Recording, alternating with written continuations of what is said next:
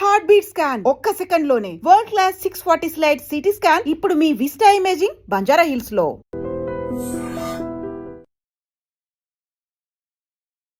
నమస్తే, నేను Kavitha. Welcome to I dream news and నిజాలు.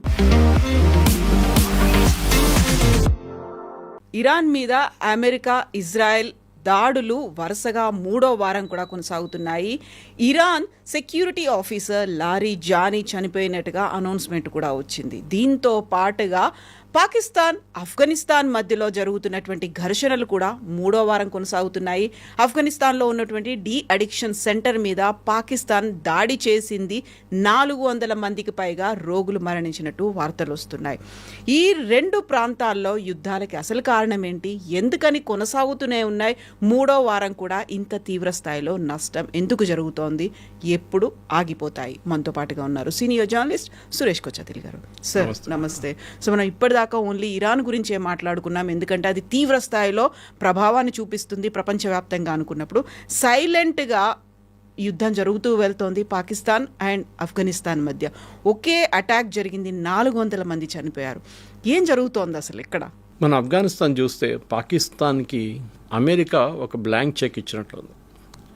చాలా రోజుల నుంచి అమెరికాకి ఆఫ్ఘనిస్తాన్లో అక్కడున్న గవర్నమెంట్ని మార్చడానికైతే కాలేదు, కానీ ఏదైనా ఒక యాక్షన్ తీసుకోవాలని ఉంది వాళ్ళకి. అమెరికా మీద ఏం దాడేం చేయట్లేదు వీళ్ళు, కానీ పాకిస్తాన్ మీద దాడి జరుగుతుంది. అది కూడా Tehreek Taliban. Tehreek Taliban operate చేస్తుంది డురాండ్ లైన్ దగ్గర, అంటే పాకిస్తాన్ ఆఫ్ఘనిస్తాన్ సపరేట్ చేస్తున్న బార్డర్ లైన్ దగ్గర. మళ్ళీ కాబుల్ మీద ఎందుకు బాంబు వేస్తున్నారు, అదొక ప్రశ్న వచ్చింది. వీళ్ళేమన్నారంటే ఆల్ ద టెర్రరిస్ట్ అక్కడే ఉన్నారని. ఇదే డైలాగ్ మనం ఇజ్రాయెల్ వైపు నుంచి వింటుంటాం. బేరూట్ మీద ఎందుకు దాడి చేశారు, గాజా మీద ఎందుకు దాడి చేశారు, ఆ బిల్డింగ్లో మొత్తం టెర్రరిస్ట్ ఉన్నారు, దానికోసం కొట్టామని. ఇప్పుడు కొట్టింది ఒక డీ అడిక్షన్ సెంటర్ని కొట్టారు. ఆఫ్ఘనిస్తాన్లో మనకు తెలిసిందే drugs is a major problem. అక్కడ ఓపియం కల్టివేషన్ చాలా ఎక్కువ ఉంది. సో డ్రగ్స్ చాలా పెద్ద ఇష్యూ అక్కడ చాలా స్ట్రిక్ట్ రూల్స్ కూడా ఉంది. ఎవరినైనా డ్రగ్స్తో పట్టుకుంటే అంతే సంగతి వాళ్ళది. ఇరాన్ లాగానే సేమ్ థింగ్.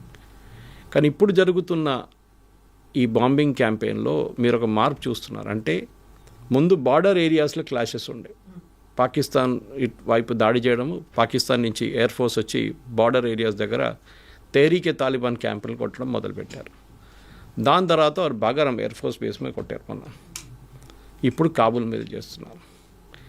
దీనికి సంకేతం ఒకటే సింపుల్, ఏంటంటే అమెరికా అక్కడ కూడా ఒక రెజీమ్ చేంజ్ ట్రై చేస్తున్నారా.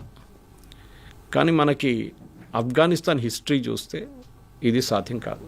అంతే ఈజీగా వాళ్ళు లొంగిపోరు, అసలు లొంగిపోరు, ఛాన్సే లేదు. ఎందుకంటే మన హిస్టరీ చూస్తే ఆఫ్ఘనిస్తాన్ రీసెంట్ హిస్టరీ చూద్దాం, ఎక్కువ 16th, 17th సెంచరీ వెళ్ళక్కర్లేదు. సోవియట్స్ ఆఫ్ఘనిస్తాన్కి వచ్చినప్పుడు అప్పుడు అక్కడ వాళ్ళని వ్యతిరేకించడానికి రిలీజియస్ స్కూల్, పాకిస్తాన్లో ఉన్న రిలీజియస్ స్కూల్స్ నుంచి వచ్చిన అబ్బాయిలు వాళ్ళని తాలిబాన్ అని చెప్పి వాళ్ళని ఆఫ్ఘనిస్తాన్ వైపు పంపించారు. ఆయుధాలు ఇచ్చి ట్రైనింగ్ ఇచ్చి పాకిస్తాన్లో ఐఎస్ఐ వాళ్ళు చేశారు సిఐఏ సహాయంతో. వాళ్ళు పోరాటం చేశారు. సోవియట్స్ చాలామంది చనిపోయారు సోవియట్స్ వాళ్ళు. లాస్ట్లో సోవియట్స్ అక్కడి నుంచి పారిపోయారు. వాళ్ళు ఆయుధాలు తీసుకొని సిస్టమేటిక్గా వెళ్ళారు, అమెరికన్స్ వెళ్ళినట్లు కాదు. దాని తర్వాత అమెరికా వచ్చారు. అమెరికా పరిపాలించడం మొదలైనప్పుడు అప్పుడు అల్ఖైదా వచ్చేసి ఒసామా బిన్ లాడెన్, ఐమన్ అల్ జవారీ వీళ్ళందరూ. ఇప్పుడు అల్ఖైదా వీళ్ళ మీద దాడి చేయడం మొదలుపెట్టారు, అమెరికా నేటో ఫోర్సెస్ మీద. వీళ్ళు కూడా ఎక్కువ రోజు తట్టుకోలేకపోయారు. దాని తర్వాత వీరు కూడా అక్కడి నుంచి మొత్తం ఎక్విప్మెంట్ అక్కడ పడేసి పారిపోయారు. రాత్రికి రాత్రి బైడెన్ అడ్మినిస్ట్రేషన్లో, last administration. That was real insult అమెరికాకి, ఎందుకంటే వాళ్ళు ఎప్పుడు అనుకోలేదు ఇట్లా జరుగుతుంది అనేది. సో దానికి ఒక ప్రతీకారం తీసుకోవడానికి బహుశా ఇప్పుడు నడుస్తున్న ఒక స్ట్రాటజీ ఒకటి, అమెరికాకి బాగారం ఎయిర్ ఫోర్స్ బేస్ కావాలి. బాగ్రామ్ ఎయిర్ ఫోర్స్ బేస్ కావాలంటే డెఫినెట్ అక్కడ, ఎందుకంటే స్ట్రాటజికలీ చైనా దగ్గర అది. ఆ బేస్ వాళ్ళ దగ్గర ఉంటే అక్కడి నుంచి వాళ్ళకి చైనాలో వాళ్ళ మీద నిఘా పెట్టుకోవడానికి, అక్కడి నుంచి రికనెసెన్స్ ఫ్లైట్ చేయడానికి, అక్కడి నుంచి రష్యా మీద కూడా నిఘా, అక్కడ ఒక కన్ను పెట్టుకోవడానికి పనికొస్తుంది. కానీ వీళ్ళు అడిగారు, మీకు గుర్తుంటుంది, ఒక 4 నెలల ముందు అంతా అడిగారు ఒఫిషియల్లీ, యూఎస్ మాకు ఆ బేస్ కావాలన్నారు. ఇవ్వని చెప్పాం. లీజ్లో అడిగారు వాళ్ళు. ఇట్లాంటి బేస్ చాలా ఉన్నాయి వాళ్ళ దగ్గర. సౌదీ అరేబియాలో ఉంది, కువైట్లో ఉంది, ఖతార్లో ఉంది. ఇక్కడ కూడా ఒక బేస్ పెట్టుకుందామని, కానీ అంగీకరించలేదు. తాలిబాన్ అన్నారు no, we will not give. ఇప్పుడు పాకిస్తాన్ ఏమంటున్నారంటే తాలిబాన్ ఇప్పుడు చేస్తున్న ఈ అటాక్స్ అన్నీ భారతదేశం స్పాన్సర్ చేస్తుంది. మన వైపు నుంచి ఆయుధాలు ఇస్తున్నాం, ఈ ఆయుధాలు తీసుకొని వాళ్ళు వచ్చి మా మీద, పాకిస్తాన్ మీద దాడి చేస్తున్నారు. పాకిస్తాన్ ఫీల్డ్ మార్షల్ అసీం మునీర్ కూడా మేము వీళ్ళని కంప్లీట్గా వైపౌట్ చేస్తూ ఉంటున్నాం, అది సాధ్యం కాదు. ఇప్పుడు జరిగిన అటాక్ తర్వాత కూడా చూడండి కవిత గారు, రాబోతున్న ఇంపాక్ట్, వీళ్ళ దగ్గర ఎయిర్ ఫోర్స్ లేదు, వీళ్ళ దగ్గర నేవీ లేదు. Afghanistan is a land lock country, navy అక్కర్లేదు వాళ్ళకి. ఎయిర్ ఫోర్స్ అనేది చాలా బేసిక్ ఉండే, అది కూడా ఇప్పుడు ఎక్కువ లేదు. వీళ్ళ దగ్గర మిసైల్స్ ఉన్నాయి, వీళ్ళ దగ్గర డ్రోన్స్ ఉండొచ్చు బహుశా. అండ్ వీళ్ళ దగ్గర అన్నిటికంటే ఇంపార్టెంట్, వీళ్ళ దగ్గర చాలా బ్యాటిల్ హార్డెండ్ అంటాం మన ఇంగ్లీష్లో. ఎన్నో సంవత్సరాలు సోవియట్స్ వ్యతిరేకంగా, నేటో ఫోర్సెస్ వ్యతిరేకంగా పోరాడిన ఫైటర్స్ ఉన్నారు వీళ్ళ దగ్గర. ఒక టైంలో వీళ్ళు అల్ఖైదా బేస్గా ఉన్నారు, తర్వాత తాలిబాన్గా వచ్చారు. ఇప్పుడు ముందు దానికన్నా ముందు తాలిబాన్గా ఉండే.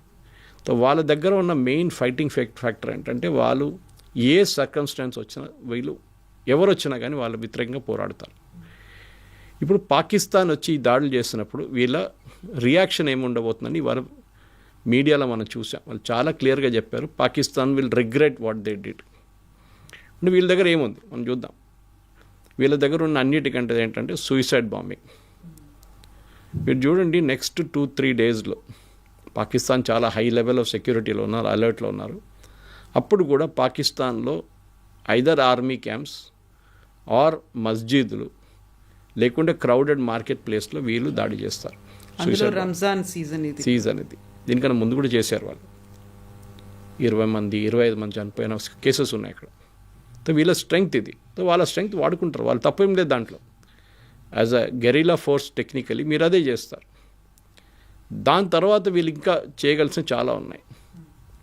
ఒకటి, వీళ్ళకి ఒకసారి డ్రోన్స్ వచ్చింది అనుకోండి, వీళ్ళ చేతికి డ్రోన్స్ అయితే చాలా ఈజీగా దొరుకుతుంది ఇప్పుడు. అది మీకు చైనా వైపు నుంచి వస్తుంది, కానీ చైనా వాళ్ళకి ఇవ్వరు, ఎందుకంటే పాకిస్తాన్ చైనా బై.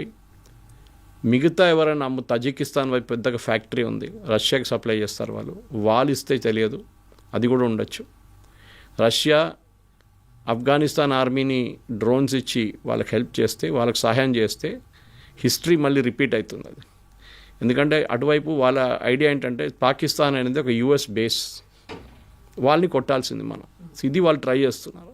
సో ఇప్పుడు ఎందుకంటే ఈ F-16 ఇచ్చినప్పుడు కూడా కవిత గారు, ఈ ఎయిర్క్రాఫ్ట్ ఇప్పుడు బాంబ్ చేస్తున్న ఎయిర్క్రాఫ్ట్ ఇచ్చినప్పుడు కూడా యుఎస్ ఏమన్నారంటే ఆ టైంలో, you should never use this against India. మీరు ఓన్లీ మీ F-16 వాడాల్సింది అగేన్స్ట్ టెర్రరిస్ట్. కానీ మన వైపు కూడా వీళ్ళు ఆపరేషన్ సింధూర్ టైంలో కూడా F-16s వాడారు. ఇప్పుడు రీసెంట్లీ ఒక 6 నెలల ముందు అమెరికా ఒక కొత్త ఎక్స్పాన్షన్ అంటే అప్గ్రేడేషన్ ప్లాన్ రివీల్ చేశారు ఈ F-16స్కి. కొత్త రాడార్ సిస్టమ్స్, కొత్త మిసైల్స్, కొత్త ఏవియానిక్స్, యాజ్ కూడా కొత్త ఎయిర్క్రాఫ్ట్ లాగా చేయడానికి ఇప్పుడున్న ఎగ్జిస్టింగ్ పాకిస్తాన్ F-16లో. ఎందుకంటే చాలా టైంలో ఒక 3 సంవత్సరాల ముందు వీళ్ళు మొత్తం బ్యాన్ చేసేవారు, పాకిస్తాన్కి ఏం ఎక్స్పోర్ట్స్ చేయకూడదు అని చెప్పేసి, యూఎస్ నుంచి ఏ డిఫెన్స్ ఎక్విప్మెంట్ పాకిస్తాన్కి ఇవ్వకూడదని. ఇప్పుడు ఆ రూల్ మార్చేశారు ట్రంప్ వచ్చిన తర్వాత. బహుశా దాని నుంచే వీళ్ళు కొత్త అటాక్స్ ఇప్పుడు చేస్తున్నారు. కానీ మన వైపు నుంచి మనం ఏమైనా సహాయం చేస్తుంటా తెలియదు, ఏదైనా జరగవచ్చు రేపు. కానీ ఒక్కసారి వీళ్ళ దగ్గర మిసైల్స్ అండ్ డ్రోన్స్ వస్తే వీళ్ళు పాకిస్తాన్ మీద విపరీతమైన దాడి చేస్తారు, దాంట్లో డౌట్ లేదు. మనకేం కావాలి యాజ్ ఎ నేషన్, మనం డెఫినెట్గా మన మీద వీళ్ళు కాశ్మీర్లో చేస్తున్న దాడులు పాకిస్తాన్, అదే దాడులు ఇప్పుడు ఆఫ్ఘనిస్తాన్ అంటే తాలిబాన్, తెహ్రీకే తాలిబాన్ పాకిస్తాన్ మీద చేస్తున్నారు. కానీ ఇప్పుడు ఏడుస్తున్నారు పాకిస్తాన్, ఇండియా ఆయుధాలు ఇస్తున్నాయి, ఇండియా టెర్రరిస్ట్ని పంపిస్తున్నారు. మీరేం చేస్తున్నారండి కాశ్మీర్లో? మీరు కూడా అదే పని చేస్తున్నారు కదా. సో మీకు ఇప్పుడు ఇంగ్లీష్లో చెప్తారు taste of your own medicine అంటారు, మీకు అదే వచ్చింది. సో ఇండియా డెఫినెట్గా, ఇండియాకు ఒక స్ట్రాటజిక్ మూవ్ ఉంది. ఎందుకంటే అటు పక్కన జస్ట్ 100-200 కిలోమీటర్స్ అవే అక్కడ ఇంకా పెద్ద గొడవ నడుస్తుంది. స్ట్రేట్ ఆఫ్ హోర్మోజ్ కానీ మిగతా ఆప్షన్స్ కానీ, అక్కడ ఇరాన్, యుఎస్, ఇజ్రాయెల్ గొడవ నడుస్తుంది. అక్కడ చాలా మలుపులు తిరుగుతున్నాయి. ఇదందరూ మర్చిపోయారు దీని గురించి. కానీ ఒకసారి ఇది ఇష్యూ సాల్వ్ అయిపోతే, Iran issue, Afghanistan Pakistan issue అనేది ఇంకా చాలా సంవత్సరాలు నడుస్తుంది. ఇది ఇప్పుడు ఆగదు. ఏదో పీస్ టాక్స్ అన్నారు, నడిమిట్లో పీస్ టాక్స్ చేశారు, సౌదీ అరేబియా పిలిపించారు, ఖత్తర్ వాళ్ళు పిలిపించారు. కానీ ఎక్కువ రోజులు ఈ ఆఫ్ఘాన్స్ వినరు, ఎవరిని వినరు. మనం వాళ్ళకి చాలా సహాయం చేశాం. మీకు గుర్తుంటుంది, ఒక పెద్ద హాస్పిటల్ కట్టాం మనం కాబూల్లో, ఇందిరాగాంధీ హాస్పిటల్. ఇప్పుడు మనకు రోడ్స్ వేస్తున్నాం, ఇప్పుడు కూడా దీనికన్నా ముందు కూడా చేస్తుండే. వాళ్ళ హైవేస్ ఇంప్రూవ్ చేస్తున్నాం, వాళ్ళ ఇన్ఫ్రాస్ట్రక్చర్ ఇంప్రూవ్ చేస్తున్నాం, వాళ్ళకి డ్యామ్ కడుతున్నాం, పవర్ ప్లాంట్లు కడుతున్నాం. కానీ పాకిస్తాన్కి ఇదేం నచ్చట్లేదు. ఎందుకంటే వాళ్ళు ఏమనుకుంటున్నారంటే ఇండియా వీళ్ళ దగ్గర ఒక ఆలైగా మారిపోతున్నారు, ఒక ఫ్రెండ్గా మారిపోతున్నారు, ఒక ఎక్స్టెన్షన్ యూనిట్గా మారిపోతున్నారు ఇండియాది అని చెప్పి. ఎస్, డెఫినెట్గా మారుతారు. ఎందుకంటే వాళ్ళని ఎవరు సహాయం చేయట్లేదు, ఇప్పుడు చేస్తున్న మనం ఒక్కరే. పాకిస్తాన్ చేస్తే కూడా వాళ్ళు అంగీకరిస్తారు, పాకిస్తాన్ చేయట్లేదు ఎందుకంటే యూఎస్ చేయనియరు. ఈ పరిస్థితి ఉంది ఆఫ్ఘనిస్తాన్. ఇప్పుడైతే స్టేటస్కో ఉంది. బహుశా నెక్స్ట్ 3-4 రోజులు ఏదైనా పెద్ద 2-3 అటాక్లు జరగవచ్చు పాకిస్తాన్లో. చూద్దాం ఏమవుతుంది అనేది చెక్ చేయాల్సి వస్తుంది. సో పాకిస్తాన్, ఆఫ్ఘనిస్తాన్ 2 ముస్లిం దేశాలు, ఆ 2 దేశాలే మధ్యలో కొట్టుకుంటూ ఉన్నాయి. ఇంకొక ముస్లిం దేశాన్ని ఇరాన్ మీద అమెరికా, ఇజ్రాయెల్ అటాక్ చేస్తోంది. ఖమేనీ తర్వాత అంత పొజిషన్లో, హై పొజిషన్లో ఉన్నటువంటి ఇంకొక leader, security officer Larijani చనిపోయినట్టుగా అనౌన్స్మెంట్ కూడా వచ్చింది. ఆ తర్వాత టార్గెట్స్ ఇంకా కంటిన్యూ అవుతూనే ఉంటాయా అమెరికా, ఇజ్రాయెల్వి? అలీ లారిజానీ అనే మనిషి ఒక ఆర్డినరీ హ్యూమన్ బీయింగ్ కాదు, ఇరాన్లో ఏదో ఒక లీడర్ అని కాదు. ఆయన secretary of Iran's supreme national security council, one of the highest decision making bodies అంట. ఆయన మీద దాడి చేయడం, ఆయన చంపడం అనేది యాజ్ గుడ్ యాజ్ సుప్రీం లీడర్ని చంపడం అనేది. ఇన్ఫ్యాక్ట్ ఏం చెప్పిన అంటే లారిజానీ ఆయన 67 సంవత్సరాలు ఉండే ఆయనకి. ఎఫెక్టివ్గా సుప్రీం లీడర్ని శనివారం 2 శనివారాల ముందు చనిపోయిన 28 ఫిబ్రవరి 28 చనిపోయిన రోజు నుంచి ఆయన నడిపిస్తున్నారు ఇరాన్. ఎక్కడ ఉన్నాడో ఏమయ్యాడో తెలియదు. మొన్న కూడా ఆయన ఒక రోడ్డు మీదకి వచ్చి ఒక ప్రొసెషన్తో ఊరేగింపు తీశారు దేనికో, దాంట్లో కూడా ఆయన వచ్చారు, పార్టిసిపేట్ చేశారు. యూఎస్కి ఒక వార్నింగ్ ఇచ్చారు, చూడండి నేను ఇక్కడే ఉన్నాను, మీలాంటి ఎప్స్టీన్ ఐలాండ్లో వెళ్ళి మేము దాచుకోలేదు ట్రంప్ లాగా, నేను ఇక్కడ ఉన్నాను, రోడ్డు మీద మా ప్రజలతో ఉన్నాను అని చెప్పారు. కానీ బహుశా ఆయనకు తెలిసి ఉండొచ్చు ఆయన కూడా టార్గెటెడ్, నెంబర్ 1 టార్గెట్ ఉంటుందని. అండ్ ఇజ్రాయెల్ అది చాలా క్లియర్గా చెప్తారంట. ఈ పరిస్థితుల్లో లారిజానీది ఒక ఇమేజ్ ఇరాన్లో రేపు ఏం కావబోతుందని. ఎందుకంటే వీళ్ళు ఇవాళ ఐ థింక్ వాషింగ్టన్ పోస్ట్లో, న్యూయార్క్ టైమ్స్ చాలా మంచి ఆర్టికల్ కూడా వచ్చింది. ద లారిజానీ ఫ్యామిలీ, ఇన్ఫ్యాక్ట్ ఆయన middle name is a Zoroastrian name, I'm not getting his full name. Larijani family is the Kennedy of US అన్నారు. Kennedy family, highly educated. ఈయన కూడా మ్యాథ్స్లో ఒక ప్రొఫెసర్గా ఉండే. వీళ్ళ brother is a physics professor. ఒక ఆయన ఏమో scientist. His niece was a practising doctor in California మొన్నదాకా. వీళ్ళు హైలీ ఎడ్యుకేటెడ్ ఫ్యామిలీ. కానీ ఈయనని they never allowed him to become the president or ఇంకేదైనా పెద్ద రోల్. ఆయన స్పీకర్గా ఉన్నారు, ఇరాన్ నేషనల్ అసెంబ్లీలో స్పీకర్గా ఉన్నారు ఆయన, కరెక్ట్. కానీ ఆయన్ని రెవల్యూషనరీ గార్డ్స్ చీఫ్ కూడా చేశారు, అన్నీ చేశారు. కానీ we was never allowed to become the president. ఎందుకంటే ఈయన పుట్టింది కోమ్లో, which is one of the holiest Shiite shrines in world, ఇరాన్లో. కానీ ఈయన థియాలజీ గురించి అటువైపు ఎక్కువ వెళ్ళలేదు. He was more in to scientific thing, రిలీజియస్గా మాట్లాడారు. 10 పుస్తకాలు పబ్లిష్ చేశారండి. He's published 10 books, he's published hundreds of papers, scientific papers. ఆయన ఆర్గ్యుమెంట్ ఎప్పుడు ఒక థియరిటికల్ ఆర్గ్యుమెంట్లో వెళ్తే religious theory versus mathematical theory అని చెప్పి పెద్ద ఒక కాన్సెప్ట్ ఉంది. నేను చదివాను అది ఇవాళ, నిన్న రాత్రి న్యూస్ చూసిన తర్వాత let me read something about ఏమని చూస్తే. చాలా వెరీ ఎక్లెక్టిక్ జెంటిల్మెన్, చాలా హైలీ ఎడ్యుకేటెడ్. ఇన్ఫ్యాక్ట్ ఎస్టర్డే మీరు ట్రంప్ ఒక కామెంట్ చేశారు, మీరు చూసుంటారు, ఇరాన్ గురించి మాట్లాడుతున్నారు. They are very smart people, they are highly educated, they have very good scientific temperament. అక్కడే మనకు అర్థమైపోతుంది. కానీ లారిజానీ లాంటి వాళ్ళు, ఆయనకు ఒక చెడ్డ పేరు ఎక్కడ వచ్చిందంటే, ఈ లాస్ట్ జరిగిన ప్రొటెస్ట్లో ఆల్మోస్ట్ 2,000 నుంచి 3,000 అంటున్నారు, కానీ ఒఫిషియల్ ఫిగర్స్ అది. యాక్చువల్ ఫిగర్స్ 10,000 మంది దాకా చనిపోయారు ఫైరింగ్లో అని చెప్పి. అది మెయిన్గా చేపించిన మంచి లారిజానీ. దానికోసం నేను ఇజ్రాయెల్ నిన్న స్టేట్మెంట్ రిలీజ్ చేసినప్పుడు కూడా అదే అన్నారు, the gang of the gang మొత్తం మేము డిస్ట్రాయ్ చేసేసాం, స్లాటర్డ్ చేసిన మనుషులు వీళ్ళు, మనుషులు కాదు వీళ్ళు అని. అట్లాంటి మనిషి మేము చంపేసామని నిన్న సాయంత్రమే ఇజ్రాయెల్ అనౌన్స్ చేశారు. ఇవాళ పొద్దున ఇరాన్ వైపు నుంచి కూడా కన్ఫర్మేషన్ వచ్చేసింది. అది కాకుండా వాళ్ళ బసీజ్ ఫోర్స్ కమాండర్ని కూడా చంపేశారు. ఇప్పుడు ఇరాన్లో ఏం జరగబోతుంది, ఎందుకంటే ఒక పవర్ వ్యాక్యూమ్ వచ్చేసింది. ఇప్పుడు ఈ లారిజానీ అనే మనిషి ఈవెన్ ఖమేనీ బతుకున్నప్పుడు కూడా ప్రీవియస్ సుప్రీం లీడర్, ఆయన 86 సంవత్సరాలు ఉండే. సో ఆయన మెంటల్ ఫ్యాకల్టీ అంత పవర్ఫుల్ లేకుండే. లిటరలీ ఈయన మేనేజ్ చేస్తుండని. మొన్న ఒక ఇన్సిడెంట్ జరిగింది. Was hearing it on CNN అనుకుంటాను. ఇరాన్ ఫారిన్ మినిస్టర్ దగ్గర స్టీవ్ విట్కాఫ్ అని చెప్పి అమెరికా ఎన్వాయ్ ఒకరు ఉన్నారు. ఆయనకి ఎక్కడ గొడవ నడిస్తే ట్రంప్ అక్కడ పంపిస్తారు. ఇరానియన్ ఫారిన్ మినిస్టర్ మాట్లాడడానికి ఆయన ఫోన్ చేశారంట. వాళ్ళ ఆఫీస్కి ఫోన్ చేస్తే కొంచెం టైం ఇవ్వండి, మేము చెక్ చేసి విల్ కాల్ యూ బ్యాక్ అన్నారంట విట్కాఫ్ దగ్గర. ది ఫారిన్ మినిస్టర్ ఏం చేశారు, ఆయన వాళ్ళ ప్రెసిడెంట్కి ఫోన్ చేశారు, పెజిక్షాన్. ఫోన్ చేసి ఇట్లా స్టీవ్ విట్కాఫ్ ఫోన్ చేస్తున్నారు, వాట్ షుడ్ ఐ డూ అన్నారు. ఆయన ఇమ్మీడియట్గా అన్నారు, చెక్ విత్ లారిజానీ. అంత రిలయబుల్గా ఉన్నారు. పవర్ సెంటర్, ప్రెసిడెంట్ కూడా పవర్ లేదు. It's Larijani who's running the government. ఆయన దగ్గర కనుక్కోండి ఏం చేయాలని. He will either tell you you can go head and talk, or will tell you to just forget, మర్చిపోండి, ఏం మాట్లాడకండి అని చెప్తారు. అంత పవర్ఫుల్ మనిషి ఉండే. సో మనం యుద్ధం అని మాట్లాడుతున్నప్పుడు, కానీ మనం ఇప్పుడు ఏం చూసామంటే వాళ్ళ టాప్ లీడర్షిప్ని తీసేసిన తర్వాత కూడా వాళ్ళు సర్వైవ్ అయ్యారు. ఎట్లా సర్వైవ్ అయ్యారు అది కూడా క్వశ్చన్ వస్తుంది. Why was Larijani not in that meeting? ఆ రోజు అందరు కమాండర్స్ ఉన్నప్పుడు ఈయన ఎక్కడ పోయిండు? ఖమనీ ఇప్పుడున్న సుప్రీం లీడర్ ముజ్తబా ఖమనీ, ఆయనకి ఏదో గాయాలు ఆయన బయటకు వచ్చిండు అని. నిన్న అఫీషియల్ స్టేట్మెంట్ ఏంటంటే ఆయన he went out for a walk 5 minutes before the bombing. How comfortable, చాలా కంఫర్టబుల్ కదా. 5 నిమిషాల ముందు, బాంబింగ్ జరిగే 5 నిమిషాల ముందు ఆయన ఆ బిల్డింగ్ నుంచి బయటికి వెళ్ళారంట.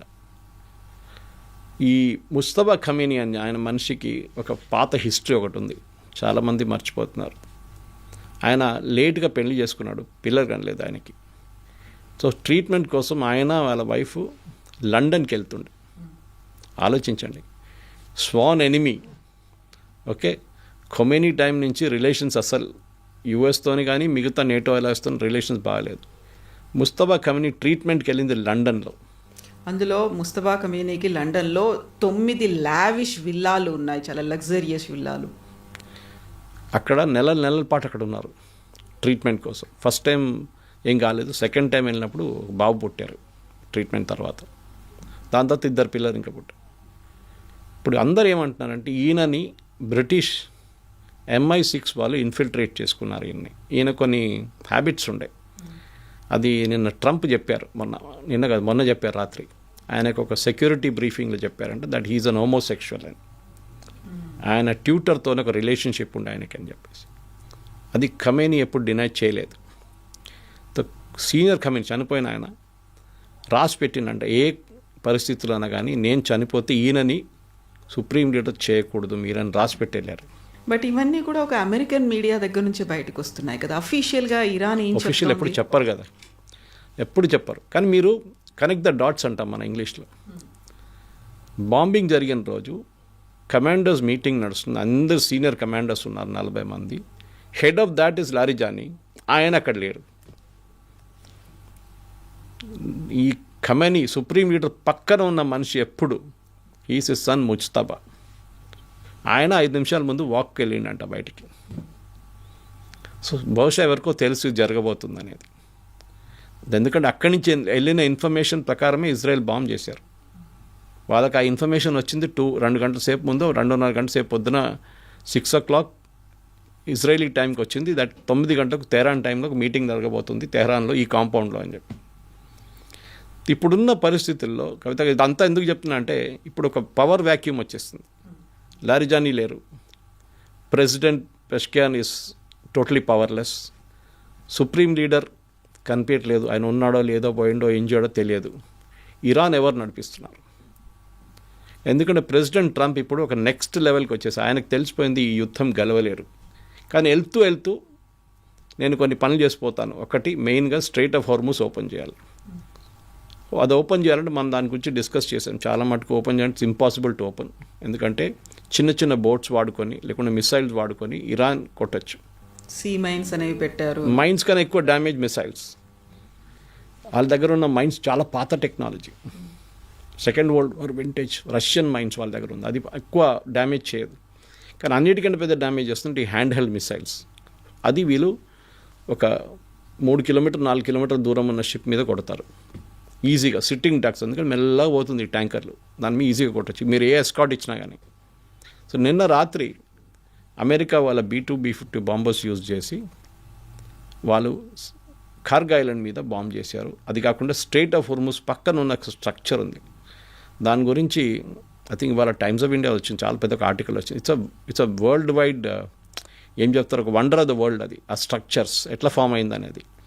ఒక స్ట్రక్చర్ మీరు చూస్తే ఇట్లా ఫార్మేషన్స్ ఉంటుంది మట్టితోని, అది ఎట్లా ఫామ్ అయిందంటే ఏదో ఒక స్టార్ పడ్డదంట ఒకసారి. అండ్ మన దగ్గర నేషనల్ జియోగ్రఫిక్ దాంట్లో వెళ్తే మీకు అది కనిపిస్తుంది ఇరాన్లో. ఇట్స్ అ బ్యూటిఫుల్ ప్లేస్ ఆ స్ట్రెయిట్ ఆఫ్ హార్ముజ్ పక్కన. అక్కడ కూడా నిన్న రాత్రి బాంబింగ్ జరిగింది అంటున్నారు. దాని ఇంపాక్ట్ ఏందో మనకు తెలియదు ఇంకా. స్ట్రెయిట్ ఆఫ్ హార్ముజ్ ఓపెన్ చేయడానికి ట్రంప్ న్యాచురల్లీ వీళ్ళందరినీ పిలిచారు. నేటో ఫోర్సెస్ని అడిగారు, చైనాని అడిగారు, జపాన్ని అడిగారు, జర్మనీని అడిగారు. అందరు నో అని చెప్పారు. ఇన్ఫ్యాక్ట్ జర్మన్ ఫారిన్ మినిస్టర్ చాలా మంచి స్టేట్మెంట్ కూడా ఇచ్చిండు. ఇది ఎట్లా అంటే మమ్మల్ని ఇప్పుడు పిలుస్తున్నాడు రమ్మని, టైటానిక్ మునిగిపోతుందని తెలిసినప్పుడు కూడా మనం టికెట్ తీసుకొని టైటానిక్ వెళ్తున్నట్లు ఉంటుంది ఇదని చెప్తున్నారు. So that is the situation there.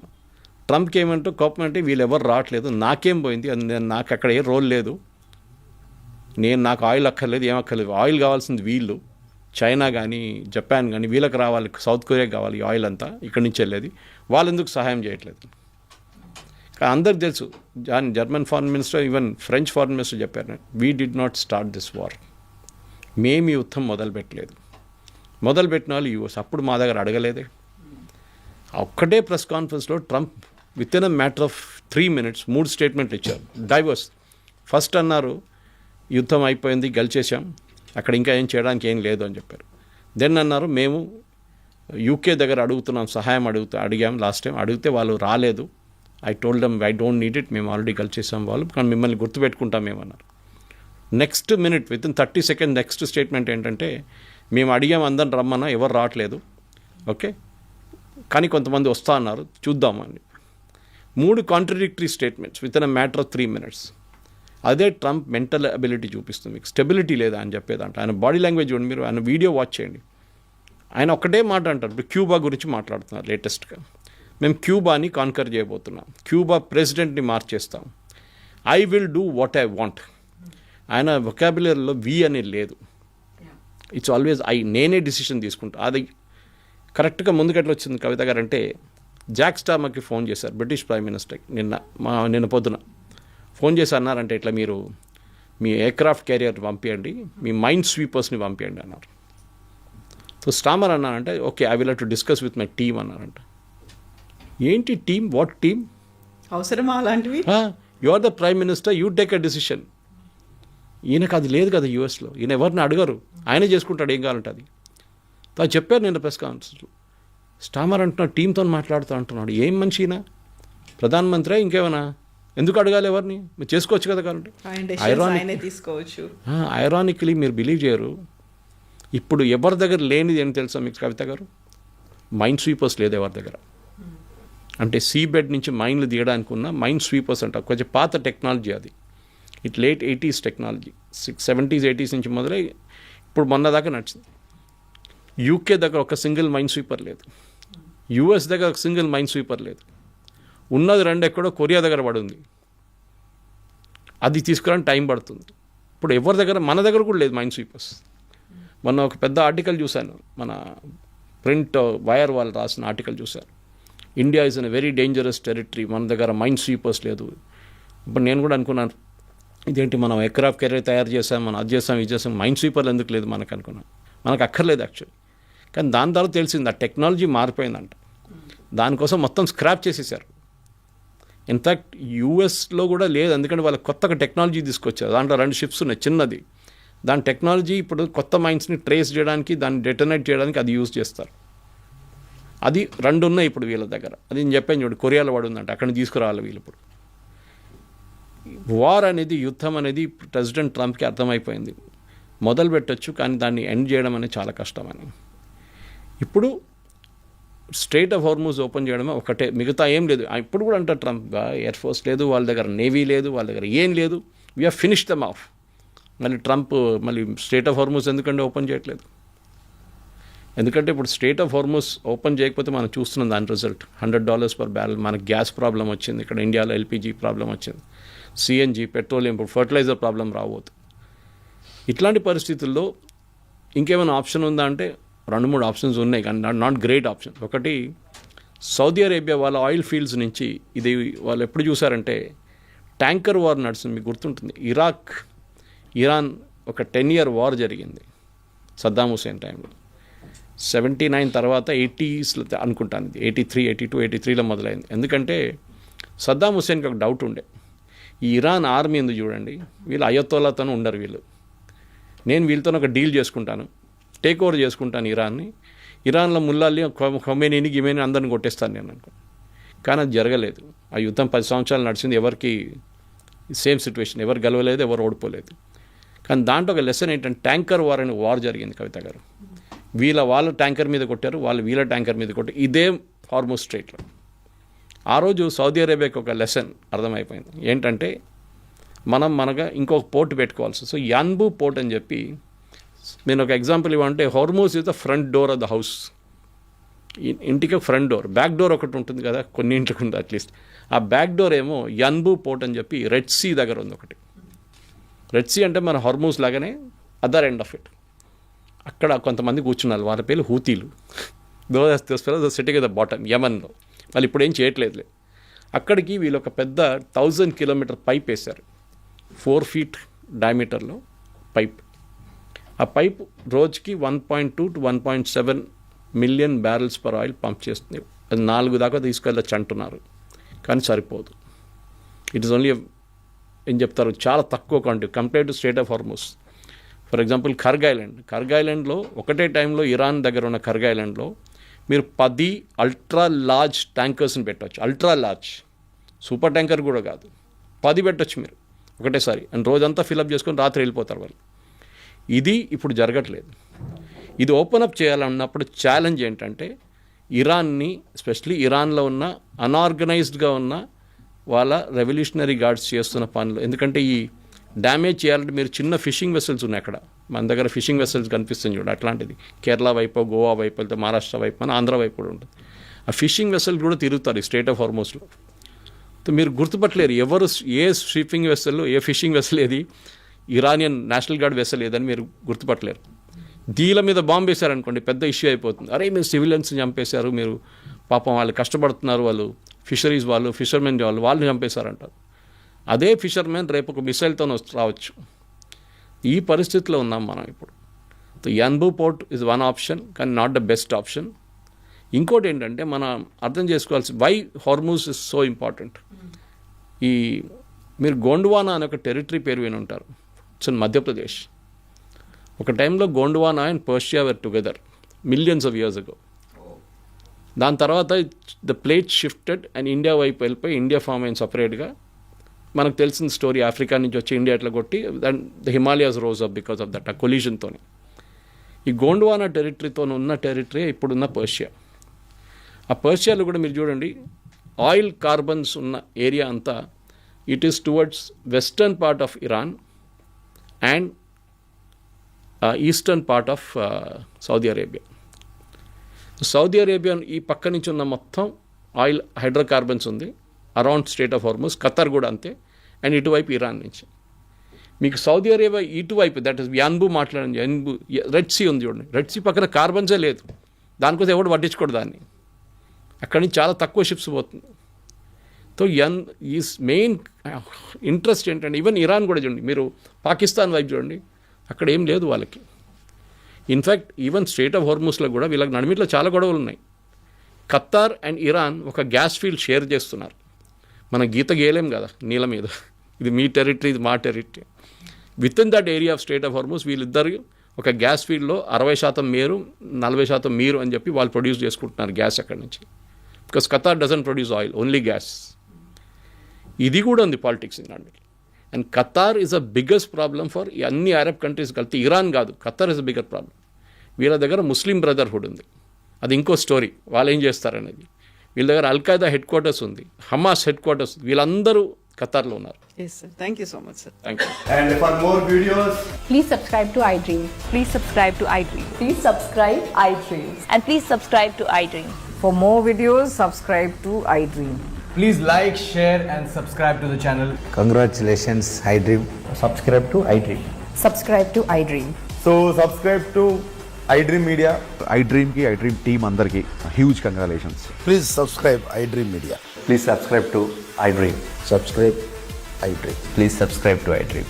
iDream అంటే నా కళల ఛానల్ను సబ్స్క్రైబ్ చేసుకున్న నోరు తిరుగుతలేదు, మీరైతే గంట గుర్తు కొట్టండి. For more such videos, please subscribe to iDream. Subscribe to iDream. Please subscribe to iDream. Please subscribe iDream Media. Please do subscribe to iDream. Please subscribe to iDream Media. For best entertainment and information, please subscribe iDream. And don't forget to subscribe to iDream.